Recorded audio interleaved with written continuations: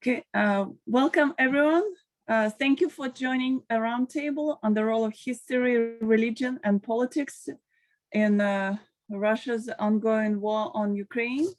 On February 24th, 2022, Russia started the largest ground war since World War II in Europe. Hundreds of people, including many civilians, have been killed. Over 2 million people have fled the country, and the Russian armed forces continue to carry out shelling of residential areas across the country and use cluster bombs, cluster munitions banned by over 200 states. And in our today's panel, we're going to discuss causes of Russia's invasion of Ukraine from an interdisciplinary perspective. We have today a panel of distinguished scholars in different fields. So let me just take a moment to very briefly introduce them before they start their presentations. George Demacopoulos is Father John Meyendorff and Patterson Family Chair in Orthodox Christian Studies. He is a co-founding director of the Orthodox Christian Studies Center and co-founding editor of the Journal of Orthodox Christian Studies. Along with Aristotle Panicopoulos, Dr. Demacopoulos co-founded Fordham's Orthodox Christian Studies Center, which is the only research university center of Orthodox Christianity in the United States. Asif Siddiqi is professor of history. He teaches and writes on Soviet and Russian history and the history of science, and is the author of a number of books on the history of the Russian space program. His most recent article, Soviet Secrecy Toward a Social Map of Knowledge, was published in the American Historical Review. He received a Guggenheim Fellowship in 2015 and is currently on leave and during the 2021-22 academic year at Princeton University's Davis Center for Historical Studies. Magda Teter is Shvidler Chair in Judaic Studies and Professor of History. She is a scholar of early modern history, specializing in Jewish history, Jewish-Christian relations, cultural, legal, and social history, as well as the history of transmission of historical knowledge in the pre-modern and modern periods. Dr. Teter is a fellow of American Academy for Jewish Research and the author of Jews and Heretics in Catholic Poland, Sinners on Trial, Blood Libel on the Trial of an Anti-Semitic Myth, and 2 edited volumes, as well as numerous articles in English, Hebrew, Italian, and Polish. And I'm Olena Nikolayenko, professor of political science and department chair at Fordham University. My research interests include social movements, women's activism, and democratization with a regional focus on Eastern Europe. So each panelist would have approximately 7-8 minutes to provide their remarks. And then after all the panelists present, we'll open the floor for discussion, and we'll use a Q&A format to post questions. So we'll start by taking a closer look at the historical origins of the conflict. And Professor Magda Teter will go first. Thank you. Thank you so much, Olena, for this introduction and for spearheading this panel. And I thank you, all of you, for joining us this afternoon. What I wanted to talk about today briefly was about the historical claims that Vladimir Putin made as a justification for the invasion, territorial claims and the denial of statehood to Ukraine. And some of his claims go back to bringing the Russian history of Russian Empire to Kyiv and Rus in the medieval period, and then going forward. So I want to show you some maps that show you the territorial changes and political changes that Putin is using to justify his claims, but also that help explain Ukraine's pulls towards the West and the sort of divisions and Russian culture that has been so dominant also in the East. One of the Putin's historical justification omit a lot of the history, but one of the reasons why some people find such historical justifications of violence persuasive is that they are choosing aspects of history that are in fact true, that are historical. It's just that they are very selective and serve to create a certain version of history that is not necessarily true for in historical sense. So this, what you see is a map from 1998 of Europe, Eastern Europe, post-Soviet era, 1998, and this is the current, what we internationally should consider the current boundaries of Ukraine, as well as the other post-Soviet republics and post-Soviet bloc states. In fact, you can see here the line of sort of the, except that it should be in Germany here, of the Soviet bloc. This is a map from medieval, and I'll show you the overlay of current Ukraine with each of the map as well. And you can see the Kievan Rus, which had its seat in Kyiv today, did in fact stretch over a vast territory in what is today's Russia, Ukraine, and Belarus. But it didn't. But it was destroyed by the Mongolian horde, and you'll see it in. So here is my sort of rough drawing of the current map of Ukraine as it was agreed upon in the post-Soviet Soviet era. The territorial boundaries were in fact recognized by Russia. As I mentioned, much of European territories have been and political domains have been decimated and invaded by the Mongols, and you can see just the snippet of what was Poland or Lithuania briefly, and the last of the Kievan Rus. And it is out of that invasion, that Mongol invasion, that you will begin to see the rise of Muscovy, not out of Kievan Rus, not out of the south, but out of the north, around Muscovy and the Republic of Novgorod. And you can see this happening now. This is, I'm switching obviously centuries quite rapidly. Mid-15th century, one of the largest political entities that emerges in Eastern Europe is Poland-Lithuania. It's a union, a monarchical union that really covers the Duchy of Lithuania.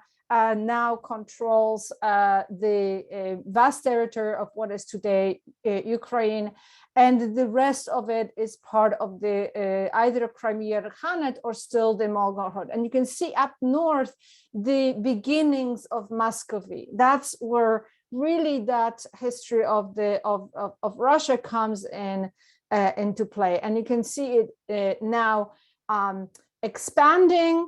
And pushing back against regaining territories lost to the Mongols, pushing back against the territories of Poland, Lithuania, and the Crimea Khanate, which becomes allied with the Ottoman Empire. And by what 17th century is actually quite key for the development of Ukrainian sense of identity. In the late 16th century, and I'll go back, Poland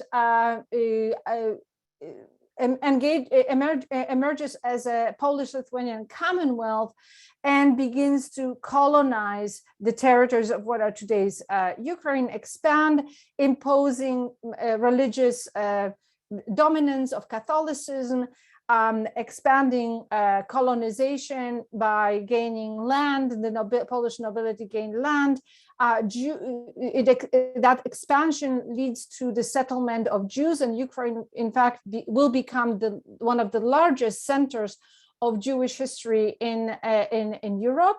And that will create sort of a sense of cultural difference. That is, the imposition of Catholicism will make the Orthodox Christians in the territories that are now called Ukraine a sense of difference. On the other hand, Russia will also start pushing in, and in the mid 17th century. Oops, sorry, I've gone the wrong direction. In the mid 17th century, the Zaporozhian Cossacks will form a rebellion against the Polish Lithuanian Commonwealth and will begin to control a territory.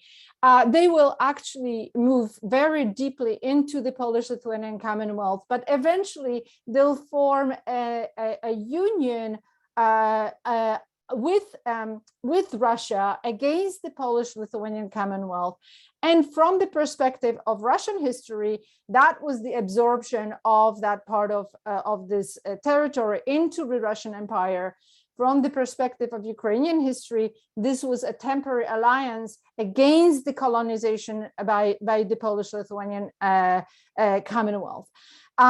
And here is that union against Poland that we see, and eventual absorption of Russia, of that territory into the Russian Empire, with the Treaty of Andrusovo in 1667. And these territories pretty much will stay the same, but you can already see the East and the West becoming separated. That's when Russia and Russian culture will begin to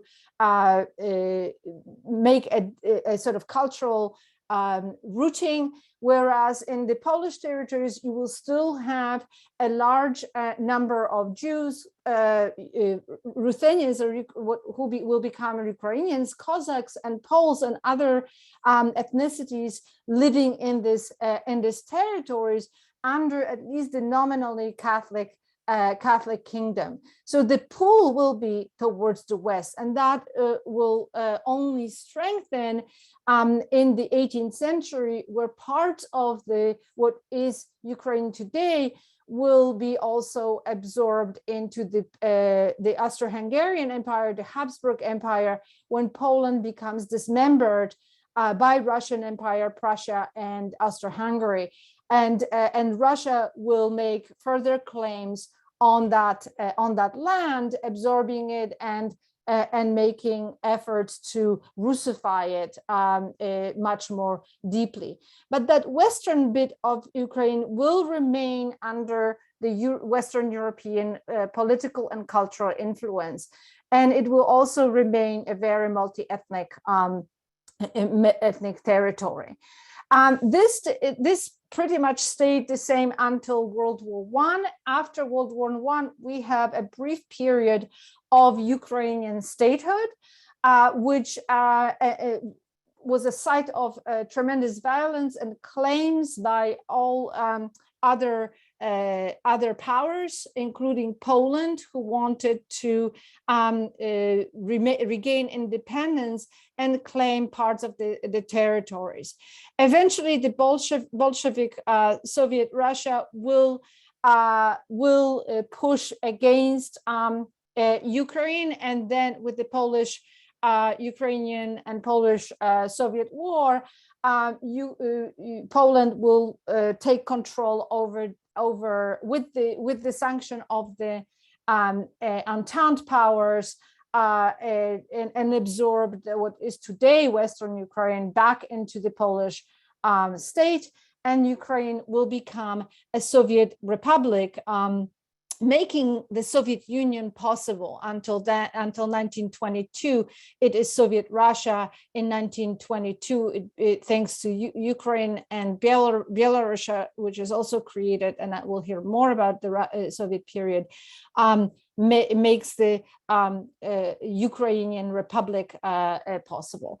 And then Crimea is added in 1954, and that becomes the border of the Soviet of the post-Soviet era independent Ukraine. So all those maps are to say that that these pools, and what we've seen in the last almost a decade of the pools of Ukrainians towards the West, towards the European Union, are grounded in long history, as much as the resistance that's coming from Putin's Russia against that comes also from those that history, especially since the 17th century, of the territorial claims that made the idea of Russian and Tsarist empire possible. So I'll stop here and I'll hand it over to Asif Siddiqi for taking us into the Soviet era. Thank you. Thank you, Magda. And thank you, Olena, for organizing this and including me to be part of this. I'll try to be as short as possible, but my comments really build on those by Magda very much. And my comments are really today from the perspective of a historian of the Soviet Union, and focusing particularly on the historical setting of the Ukraine within the Soviet Union, an arrangement that lasted about 70 years from 1917 to 1991. And like Magda, I want to begin with the speech that Vladimir Putin made on February 21st, which essentially presaged the invasion, in which he laid out a kind of imaginary history of the relationship between Ukraine and Russia. And the speech is important because it suggests how history, distorted, exaggerated, and decontextualized can be, deadly and meaningful as tools to reclaim a form of empire. In his speech, Putin interestingly blamed Lenin and the Bolsheviks, who came to power in 1917, for essentially creating, quote unquote, the nation of Ukraine, a process which supposedly disrupted centuries of some sort of peaceful coexistence between Russians and Ukrainians during the days of the Tsarist Empire. In this telling, Lenin, the principal architect of the new Soviet Union, handed over, quote unquote, Russian lands to Ukrainians as a form of largesse, thus creating the idea that Ukraine could exist as an independent nation state. And here the implication is, of course, that Ukraine belongs in some sense to some greater Russia, but that the Bolsheviks violated and disrupted this order.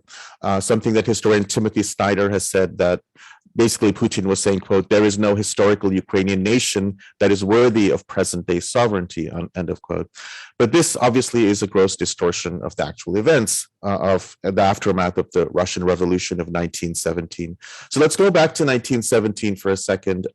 This is a moment of great shifting, geopolitical, national alliances. This right after the Great War, World War I, and specifically the decline and collapse of a bunch of empires, such as the Ottoman Empire, the Austro-Hungarian Empire, and so forth, but also the Russian Empire. And so if we look at during this particular process of the collapse of the empire in February of 1917, the Tsarist government collapses and a provisional government comes into power.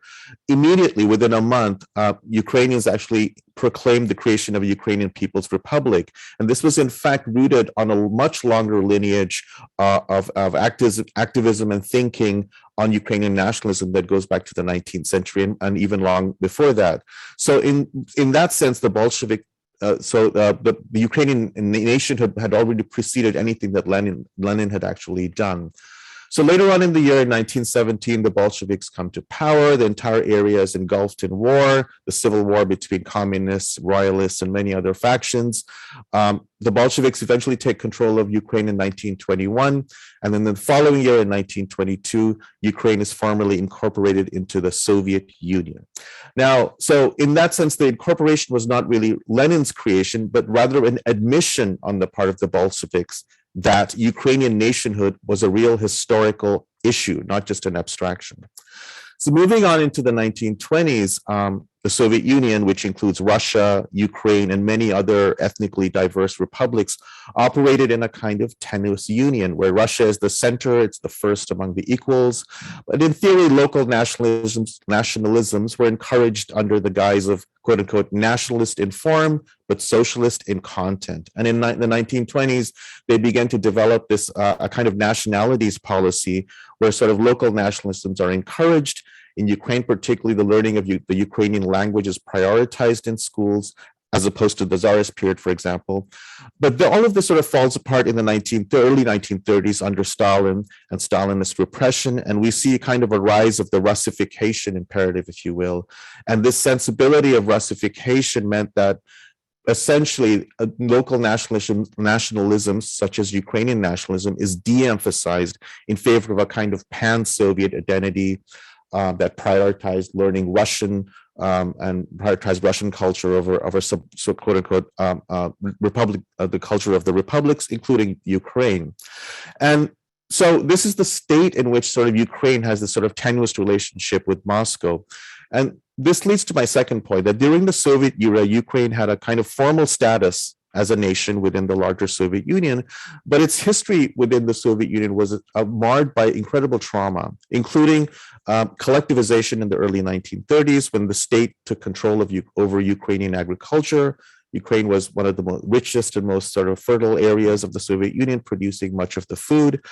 Collectivization, meaning the state's sort of seizure of private farms and farm property, was the enabler of a massive and terrible famine in Ukraine that was deliberately and, I would argue sadistically exacerbated by Stalinists in 1932 and 1933. By some estimates, and these are variable, 4 to 6, perhaps even more million deaths were accounted just simply because of the state policy, not because of any bad harvest or anything. And most of it was in Ukraine. And this is a national trauma that still remains very much part of central to modern Ukrainian history. The second major trauma for Ukraine during the Soviet period was, of course, World War II. Since much of the early part of the war was fought in Ukraine and Belarus, the front lines of the Nazi invasion, as the Nazis invaded into the Soviet Union, was largely in Ukraine. So essentially, Ukrainians were on the front lines in the fight against the Nazis in 1941 and 1942. But because of this, after the war, official Soviet state narratives often promoted sort of false stories of Ukrainian collaboration with the Nazis, narratives that were deliberately exaggerated and falsified by many people, including by Putin, who has used this sort of denazification process as a pretext for the invasion. The final point I want to make is about the dissolution of the Soviet Union, which officially collapses in 1991.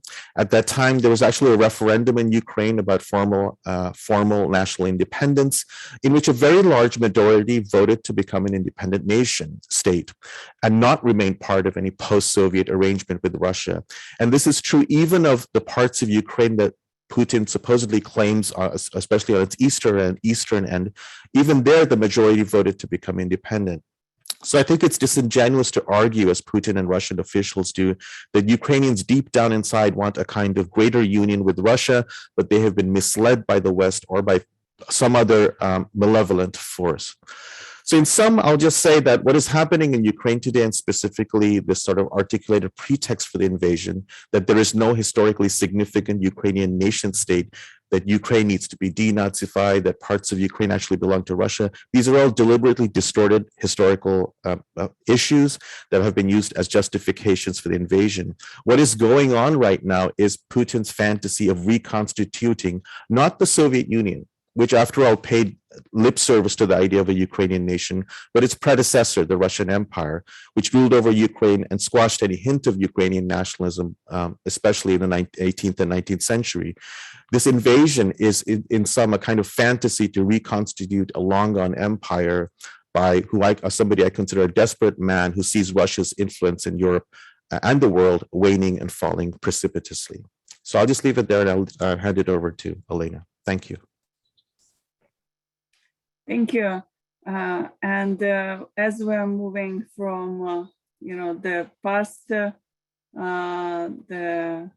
to more contemporary stuff, as a political scientist, I'm going to very briefly provide you some additional context for some more recent events that are unfolding in Ukraine. I'll start where Asif kind of stopped with the dissolution of the Soviet Union and the emergence of 15 independent states on the rumbles of the communist state. One of them was Russia, another one Ukraine, Belarus, and Moldova.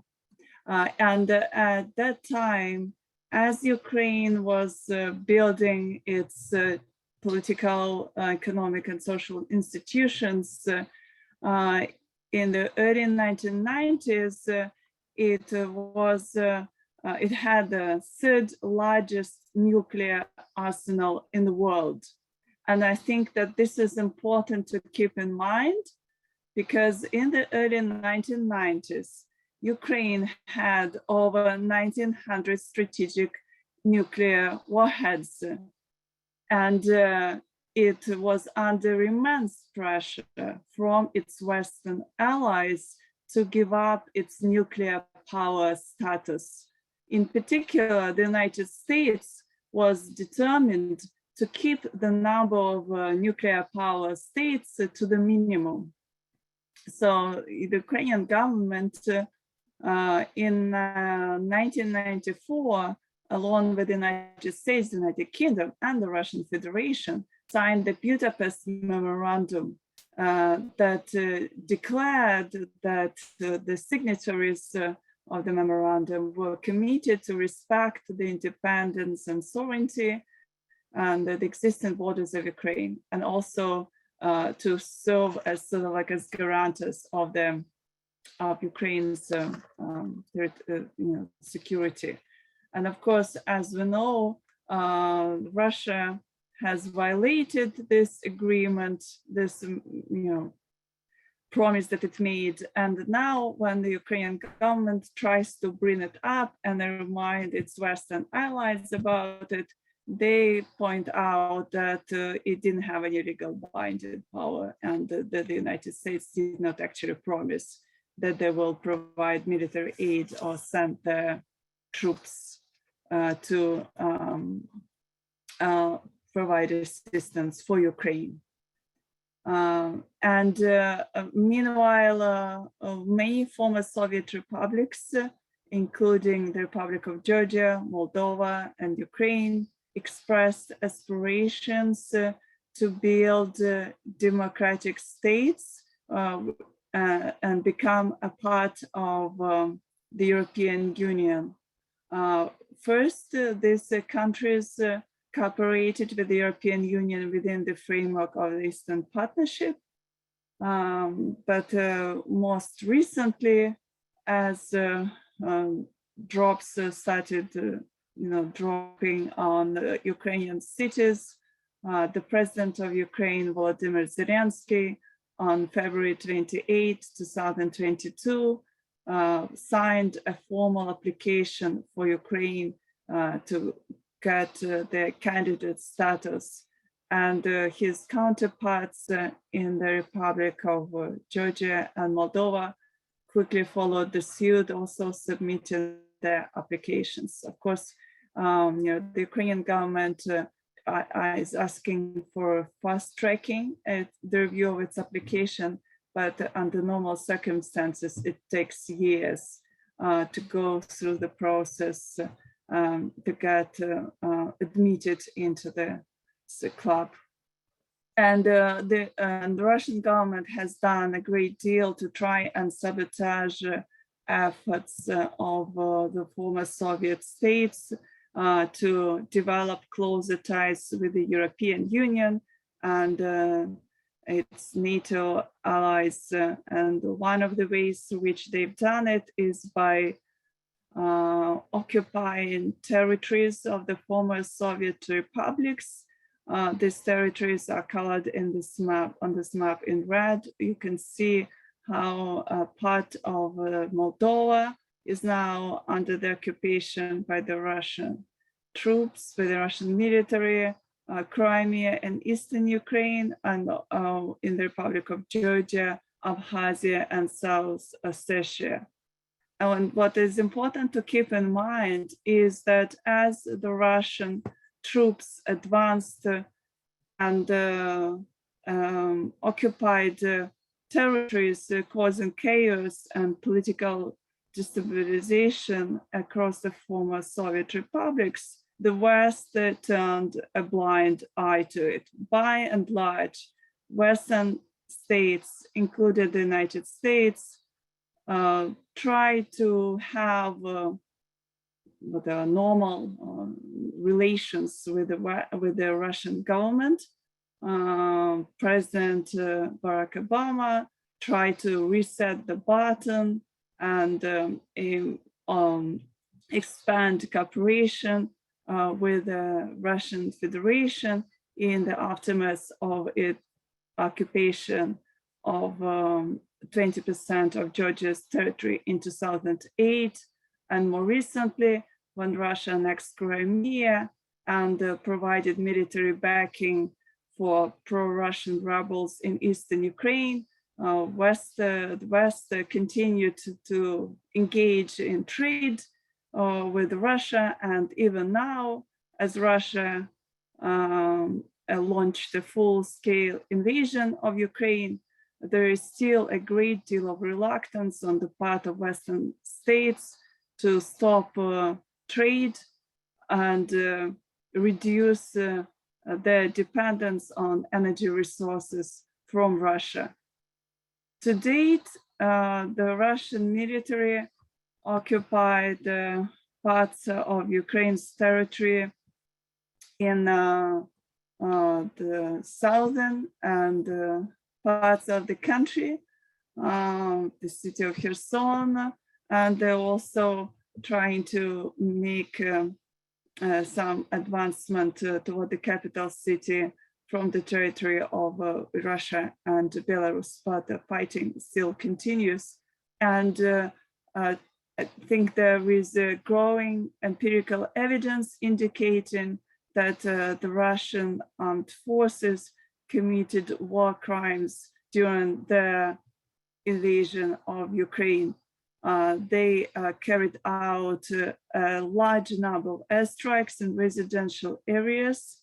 There are numerous reports indicating that the Russian military used cluster munitions against civilian targets banned by many countries.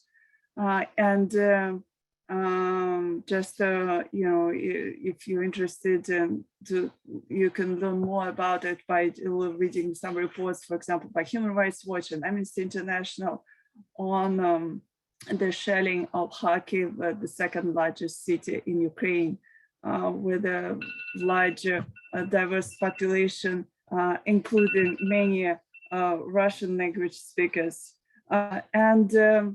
The prosecutor of the International Criminal Court, Mr. Karim Khan, has recently submitted a request seeking authorization to open an investigation into the situation in Ukraine, because he believes that there is sufficient evidence to investigate war crimes and crimes against humanity in Ukraine.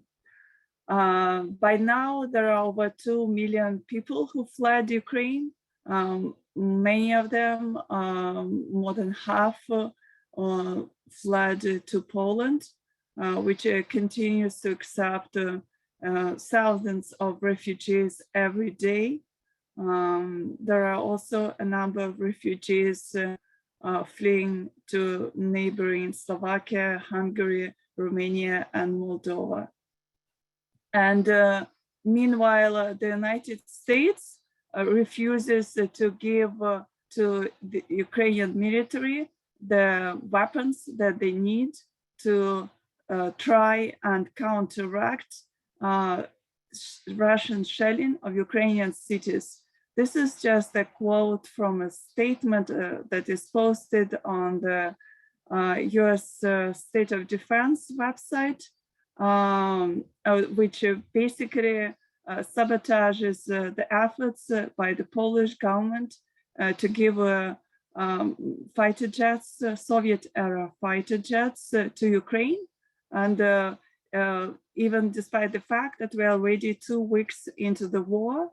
As you can see from this quote, that giving the fighter jets to Ukraine raises serious concerns for the NATO alliance, and the United States just refuses to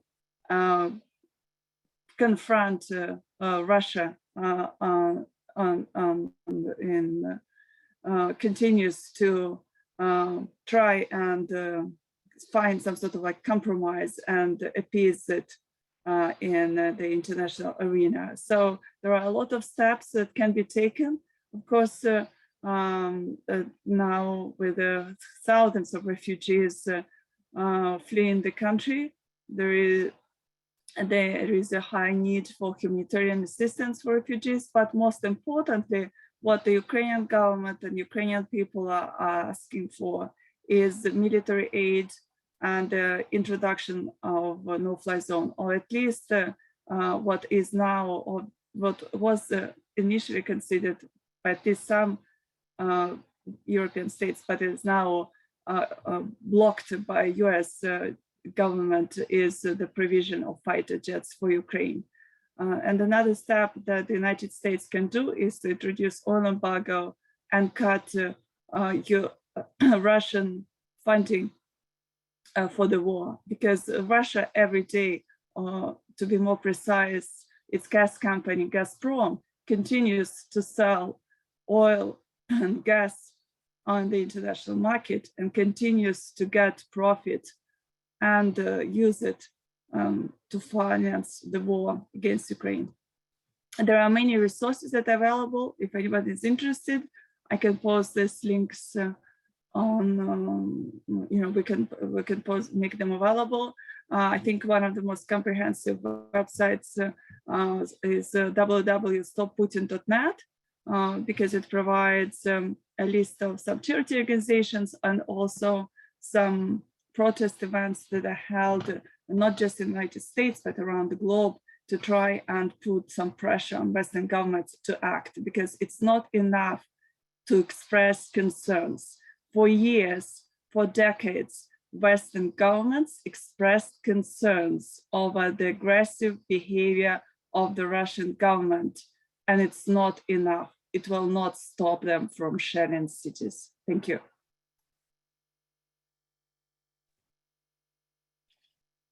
Okay, so I'll go forth. I'd like to thank my colleagues for really illuminating material in so many directions. I'd like to remind everybody watching live that you can submit questions into the Q&A feature at the bottom of your Zoom screen, questions for any of the four of us. And we'll do our best to get to all the questions. I have 4 quick points that I would like to make with respect to where religion features in this crisis. The first point is a medieval historical one, and that is that current Russian religious heritage and identity links to a time almost before where my colleague Magda started, which is the conversion of Kievan Rus to Christianity in the 10th century. The spread of Byzantine Christianity or Eastern Christianity into Kievan Rus is very much a part of the religious identity and the religious cultural heritage of Russia and Ukraine. And the two are linked in that way. One of the features of the post-Soviet period, when people like Putin were trying to orchestrate the creation of a new national identity in a post-Soviet space, and they were literally looking around for what is going to be the vehicle upon which we can get people to sort of understand the civilizational glue that binds us all together. Even though they were all former communists and atheists, they looked to this Eastern Christianity that differentiated itself from Western Europe, differentiated itself from the United States as that kind of cultural glue. And so there is very much a very long historical link between contemporary Russian identity and Kiev.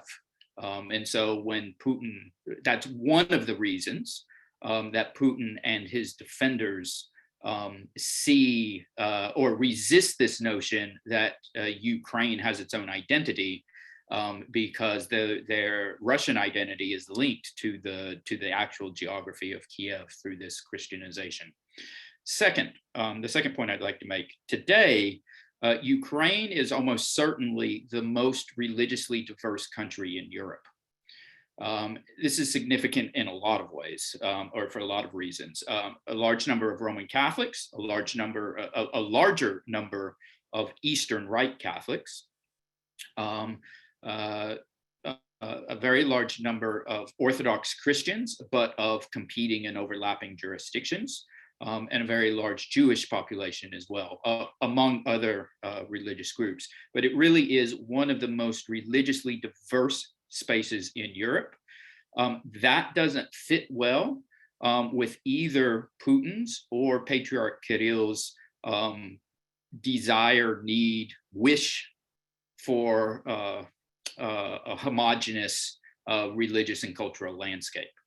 One of the second or third degree desires of the invasion of Ukraine is to impose a kind of state-sponsored, state-supporting religious conformity that doesn't align with the reality on the ground of Ukrainian religious pluralism. Third point, Putin is an instrumentalizer of religion and has always been so. He has very prominently and purposefully presented himself as a defender of traditional values, as a defender of Christianity. He likens himself to be the only global political defender of Christians. This propaganda was part of his action in Syria. It's part of the way that he presents his government as being anti-Western. The West is presented in his own rhetoric and in the rhetoric supported by Patriarch Kirill of Moscow as the West is evil, it's liberal, it's pluralistic, it supports gay pride parades, right? If you align yourself with the West, it will make your children gay. I'm not making this up. This is part of the rhetoric that they impose. Yet it needs to be stated, Putin is himself almost certainly an atheist. He is simply instrumentalizing religion because he is looking to build a constituency not only in Russia, but among far right and right-leaning groups in the United States, in Western Europe, and so forth. One of the things that keeps the Orthodox Christian Study Center at Fordham so active, frankly, is the way in which this kind of transnational promotion of traditional values by Putin and his regime is building these transnational networks to evangelicals in the United States and in Europe and so forth. And it's one of the many ways in which Putin instrumentalizes religion in order to destabilize political structures throughout the world. Patriarch Kirill it has proven himself to simply be Putin's willing accomplice. And the rhetoric coming from Kirill in the last week, especially, it seems to go from bad to worse in terms of his parroting of the Kremlin's propaganda for what they are doing and why they are doing it. The final thing I'll note is that the thing to watch, I think, in the coming weeks and months is going to be the extent to which the bishops of the Ukrainian Orthodox Church under the Moscow Patriarchate break ranks from Patriarch Kirill. Ukraine historically does not, I understand that the Orthodox Christian world can be a kind of mystery to everybody outside of it. And it has a lot of these overlapping jurisdictions. Historically, Ukraine does not have its own autocephalous or self-governing Orthodox Church. It has been under the leadership of the Moscow Patriarchate for centuries. There have been efforts for maybe the last 100 years or so to establish its own independent church, like the Church of Romania, like the Church of Greece, what have you. And very recently, the Ecumenical Patriarch in Constantinople authorized such a move. That was cut short by COVID. At the moment prior to the invasion, somewhere between 5 and 10% of the Orthodox parishes in Ukraine had sort of aligned themselves with this new autocephalous jurisdiction in Ukraine. The vast majority of Orthodox Christians in Ukraine were still administratively under the Church of Moscow. There are about approximately 50 bishops under the Church of Moscow in Ukraine. As of maybe 4 or 5 days ago, which was the last time I had seen statistics, 12 of those 50 bishops are refusing to recognize Kirill as the head of their church. That number is likely to grow if the war continues. It's unclear what's going to happen. Will these bishops and their parishes align themselves with this new autocephalous church, this other sort of parallel jurisdiction? Will they not? Will the head of the Ukrainian church, Moscow Patriarchate in Ukraine, Metropolitan Onufry, who is in Kyiv, will he break ranks also? He has very publicly criticized the invasion and has called on Patriarch Kirill to intervene and to have the invasion come to an end. He has not, as of yet, directly broken ranks with Kirill. Like I say, it's unclear. This, I think, is going to be one of the most interesting things to watch. Okay, I think we should now turn to, we have a lot of questions and we don't have a lot of time. So I think we will maybe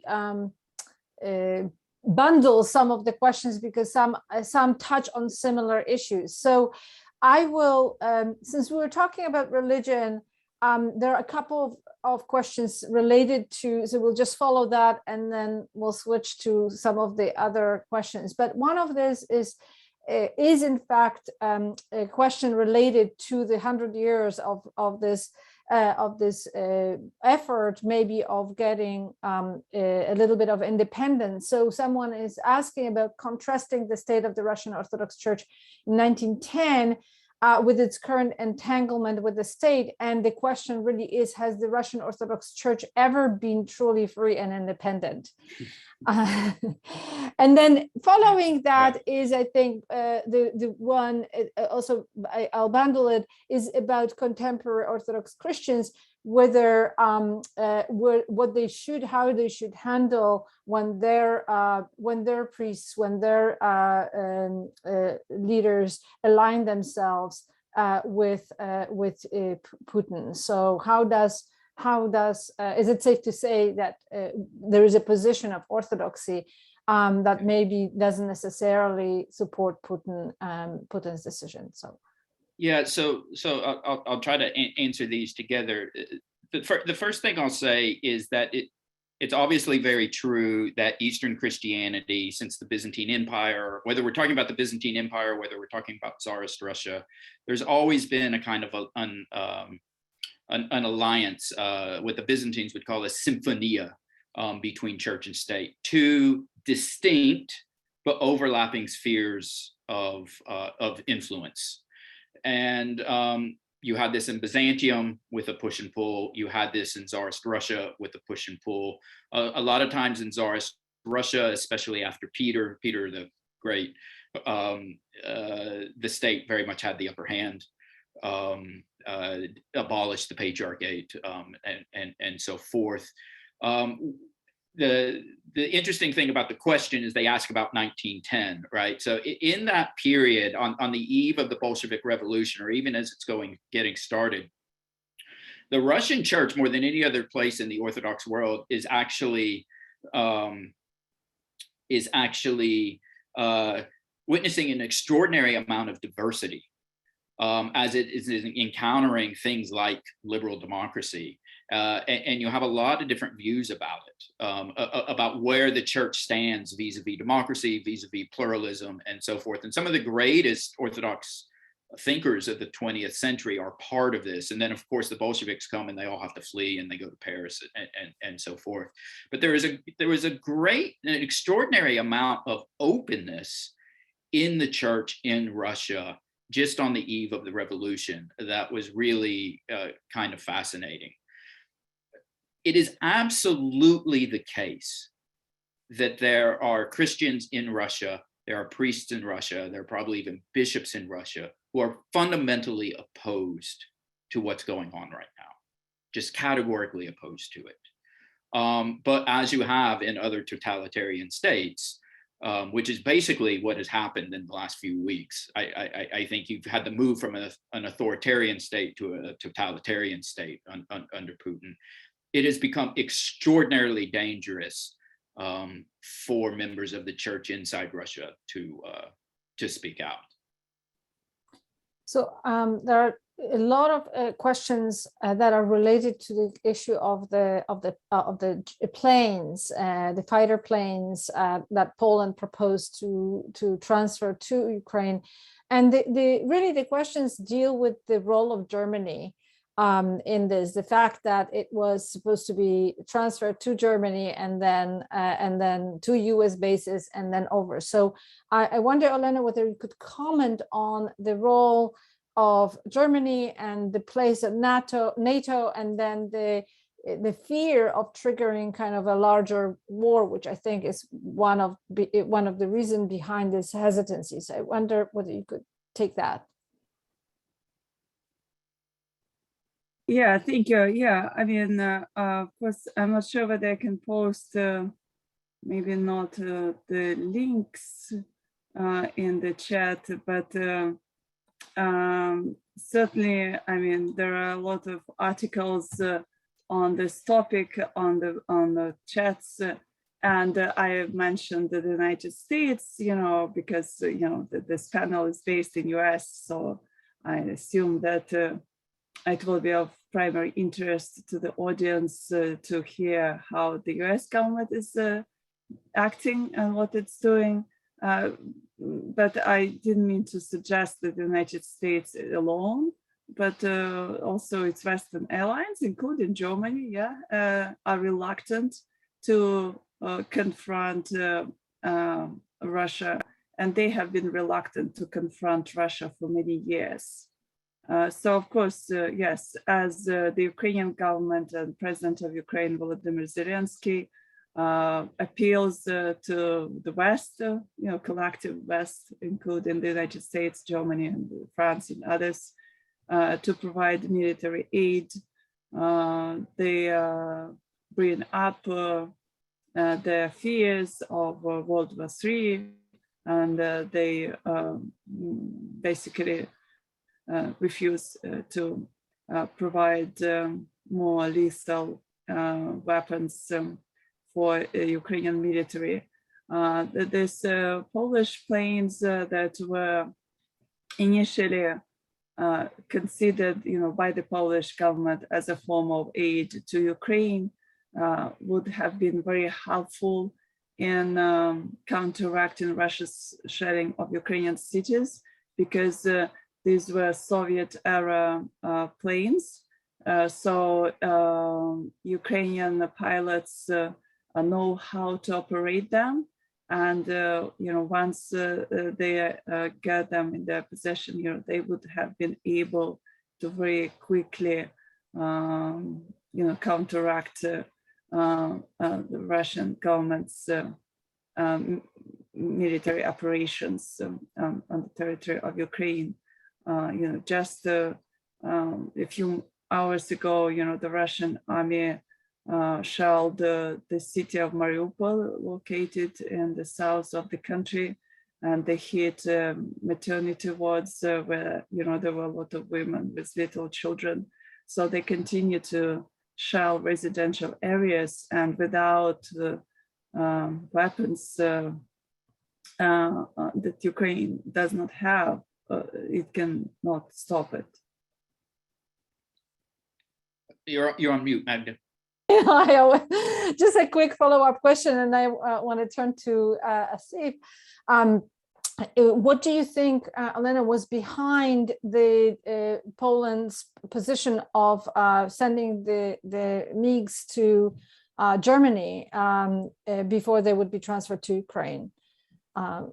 Why involve Germany? Why send the jets to the German bases rather than directly or some other third country route to transfer them to Ukraine? I'm not sure about the particulars why it was the case. I mean, of course, Poland in return wanted to make sure that its allies would be able to provide them with more recent, more updated jets, because they also are concerned about their national security and Russia's response, because it threatened to retaliate in case any state became involved in the war. Mm-hmm. So now some questions are about the support or lack of support or opposition to Putin within Russia, as well as questions about the role media play in the news outlets in Russia and Ukraine in coverage this war. So Asif, I think that's probably you. Yeah, I can take it. I have a few thoughts on that. There was, to go back really to the early 2000s, there was a sense that Russian media was becoming increasingly free, and there was really active and vigorous circulation of information. But this really has changed, began to change really in the early 2010s. I noticed it on my many trips to Russia, that things were changing, things I couldn't say, et cetera, et cetera. But really the shift, I think recently about 2020 has been really drastic. And we heard this kind of shift from maybe authoritarian to totalitarian. That's really happening now in a way that's unimaginable for those of us who visited the place maybe 20 years ago or 10 years ago. And I did, in terms of support for Putin, there's a large and growing minority of people who oppose him. It's clear, and even I think this number is growing, but we should disabuse ourselves of the notion that the majority of people are opposed to him. I'm a board member of the American Association for Slavic Studies in the United States, and our discussions have centered on universities in Russia. I'll just give you two pieces of information that are rather interesting. Recently, the Russian Union of Rectors, which is a kind of an association of university presidents, signed documents. That's about 700 universities, university presidents and deans and provosts and so forth, that they want to essentially support Putin. There's a quote, I can send the link, but the rectors say that it's important to carry out their main duty to conduct education and to instill patriotism in young people, to the desire to help the motherland, and we should support Putin to, quote, end an 8-year war. So even university institutions are doing this. There's also the St. Petersburg University announced a day or two ago that students who will be protesting will be dismissed from the university. So academic institutions are very much wound up in all this. The Slavic Studies Association has taken a position of boycotting institutions that are supporting Putin, which is a very, very serious position to take, because many of us have collaborations across the former Soviet Union in many republics. So it's at a very serious point right now where lines are being drawn. I will end with one more comment, though. I think the sanctions, the economic sanctions, which are extremely severe in terms of withdrawal from the SWIFT system and et cetera, are really having an effect. And I do wonder whether economics will begin to play a role in some sort of broader, larger protest and dissident movement that emerges. We'll see about that in the near future. But for the present, even academic institutions are still on board with this, which is shocking to think about.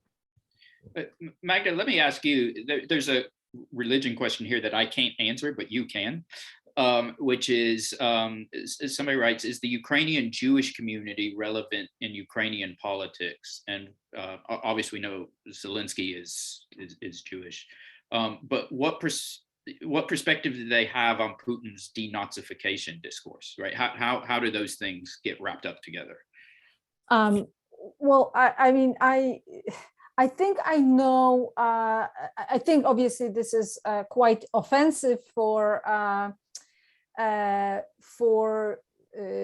anybody to use the term denazification for contemporary Ukraine, because it's a different state. However, Putin is playing on that complex history where some Ukrainian nationalists during World War II, in their effort to push back and regain independence against the Soviet Union, did ally themselves with some of the Nazis. And they also, he is playing, I think, although I am not sure whether he is consciously engaging with questions of the Jewish community, or he's just tapping into the Soviet era, what Asif was saying, claims of the Soviet Union freeing the territories of the Soviet, of what became,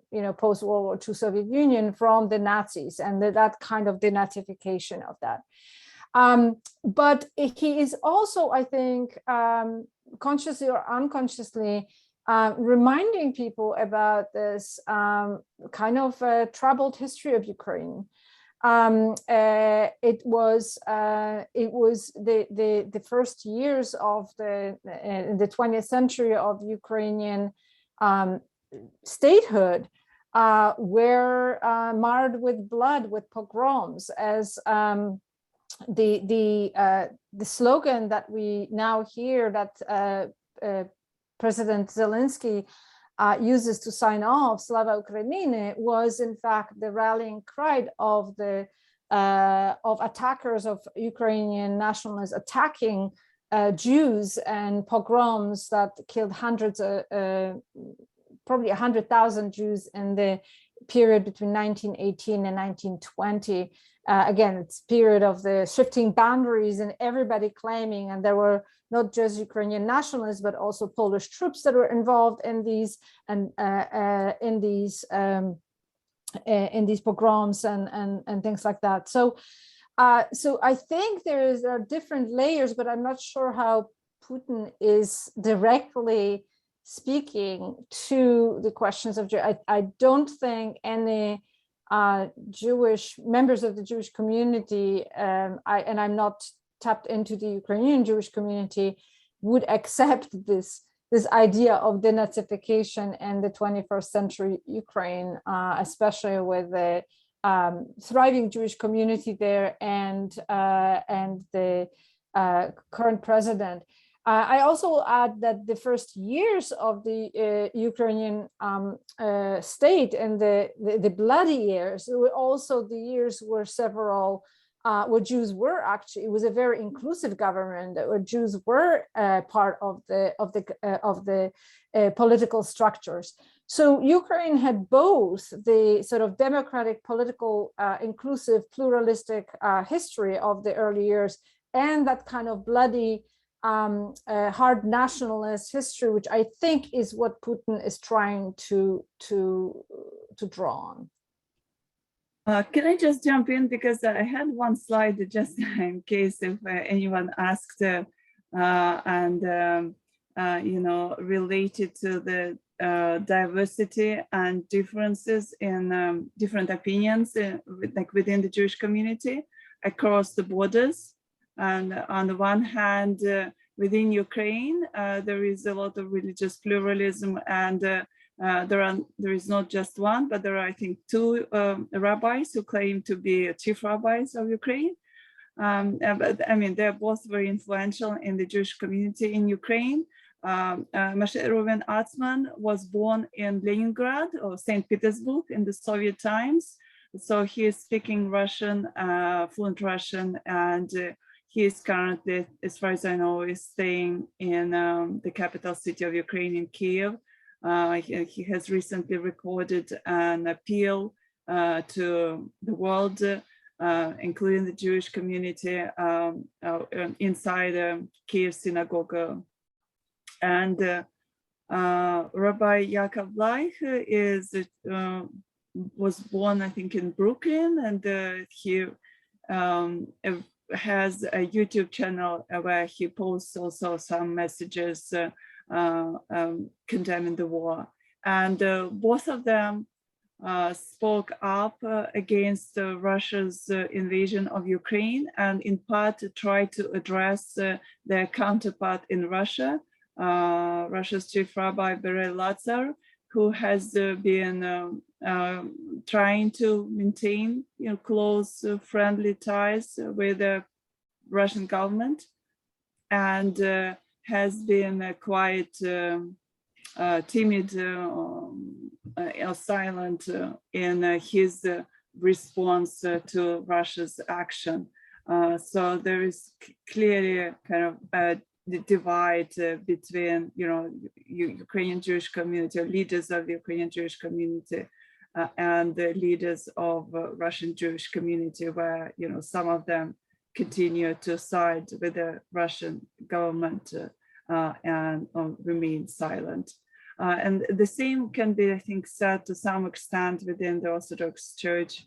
And the leader, I think, of the Ukrainian Catholic Church appealed to Russia's Patriarch Kirill to try and at least facilitate the transportation of bodies of soldiers, Russian soldiers killed on the territory of Ukraine, because it's something that is not done. The Russian government tries to conceal facts about the number of human casualties inside Ukraine, and it's difficult for families of Russian soldiers to bury their relatives in a proper way, and the Russian Orthodox Church just doesn't want to make any effort to cooperate in this effort.